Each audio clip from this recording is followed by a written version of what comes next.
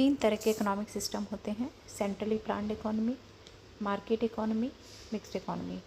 Centrally planned economy को controlled economy भी कहा जाता है। इसे सोशलिस्टिक सिस्टम भी कहा जाता है।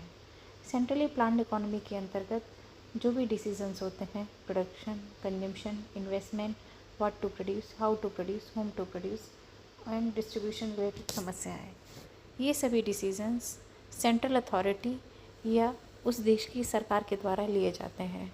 इस तरह के इकोनॉमिक सिस्टम का मेन उद्देश्य प्रॉफिट मोटिव नहीं होता, बल्कि सोशल वेलफेयर होता है। इस तरह के इकोनॉमी के एग्जाम्पल के रूप में सोवियत यूनियन या नॉर्थ कोरिया कंट्रीज़ को लिया जाता है। मार्केट इकोनॉमी को फ्री इकोनॉमी या कैपिटलिस्टिक इकोनॉमी भी कहा जाता है। मार्केट इकोनॉमिक सिस्टम के अंतर्गत production, consumption, distribution, what to produce, how to produce, whom to produce, distribution related problems या और भी कोई अन्य इकोनॉमिक प्रॉब्लम होती है, उसका डिसीजन मार्केट फोर्सेस के द्वारा होता है। यहाँ पे डिमांड एंड सप्लाई फोर्सेस बहुत पावरफुल होते हैं।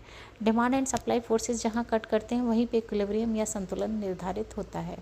इस तरह की इकोनॉमी में चूँकि प्राइवेट सेक्टर का रोल बहुत ज़्यादा होता है, इसीलिए प्रॉफिट मोटिव या प्रॉफिट मैक्सिमाइजेशन इनका मेन मोटिव होता है।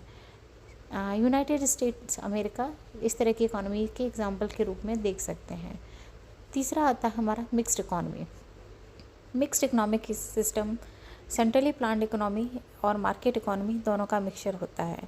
यहाँ पे प्राइवेट सेक्टर को फ्रीडम होती है डिमांड एंड सप्लाई फोर्सेस के थ्रू वस्तुओं को या उनके उत्पादन को, प्रोडक्शन, कंजम्पशन, डिस्ट्रीब्यूशन या अन्य जो समस्या है, what to produce, how to produce, whom to produce, इन सबको निर्धारित करने की।